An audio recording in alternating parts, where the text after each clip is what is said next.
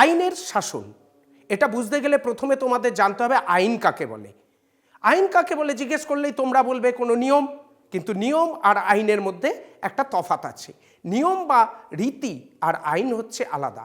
ধরো তোমরা যাচ্ছ, কোনো একজন টিচারকে দেখে তোমরা সাইকেল থেকে নামলে, এইটা হচ্ছে একটা রীতি। তুমি যদি না মানো কিচ্ছু যায় আসে না, কিন্তু সিগনালে তুমি যাচ্ছ, সেইখানে তুমি যদি সাইকেল না থামাও রেড সিগন্যাল দেখে, তখন কিন্তু সেটা তোমার শাস্তিযোগ্য অপরাধ, কারণ এটা আইন।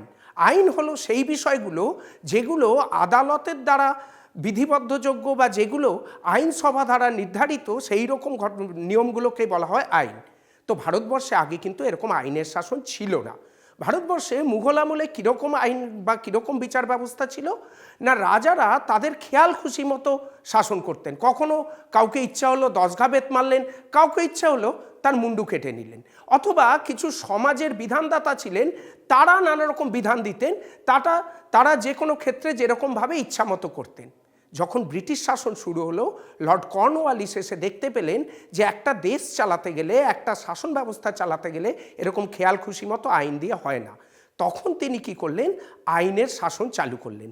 তাই আমরা দেখলাম পরপর এলো 1773-এর রেগুলেটিং অ্যাক্ট, তারপরে এলো পিটের ভারত শাসন আইন, ভারতে তৈরি হলো সুপ্রিম কোর্ট। এইভাবে ভারতবর্ষ একটা বিধিবদ্ধ আইন ব্যবস্থার মাধ্যমে শাসিত হতে শুরু করলো। এখন তোমাদের মনে এই প্রশ্নটা আসতে পারে যে আইনের শাসন বিষয়টা এত গুরুত্বপূর্ণ কেন, যে ইতিহাসে এতদিন ধরে এই বিষয়টাকে এখনও আমরা উল্লেখ করেছি। তার কারণ হচ্ছে এই আইনের শাসন যদি না থাকতো, তাহলে কোনো অপরাধ সেটা আদালতের দ্বারা বিচার করা সম্ভব হতো না, সকলের জন্য এক আইন করা যেত না, বা গোটা দেশ একটা আইন দ্বারা পরিচালনা করা যেত না। এবং আজকের যুগে দাঁড়িয়ে আমরা দেখেছি যে সেই আইনের শাসন সেগুলো কিন্তু আজও বহাল রয়েছে। কেন? তার কারণ হচ্ছে যে আইনের শাসন না থাকলে কি পরিস্থিতি হতে পারে সেটা আমরা বিভিন্ন দেশের দিকে যদি একবার চোখ রাখি তাহলে দেখতে পারবো যে যেখানে আইন নেই, নির্দিষ্ট শাসন ব্যবস্থা নেই, সেখানে কোনো সিস্টেম নেই, কোনো শৃঙ্খলা নেই, সেখানে জনগণের কোনো অধিকার নেই। এই জন্যই ইতিহাসে এই আইনের শাসন বিষয়টা, যেটা হয়তো তোমরা অনেক ক্ষেত্রে এড়িয়ে যাও, সেইটা কিন্তু তোমাদের মনে রাখতে হবে।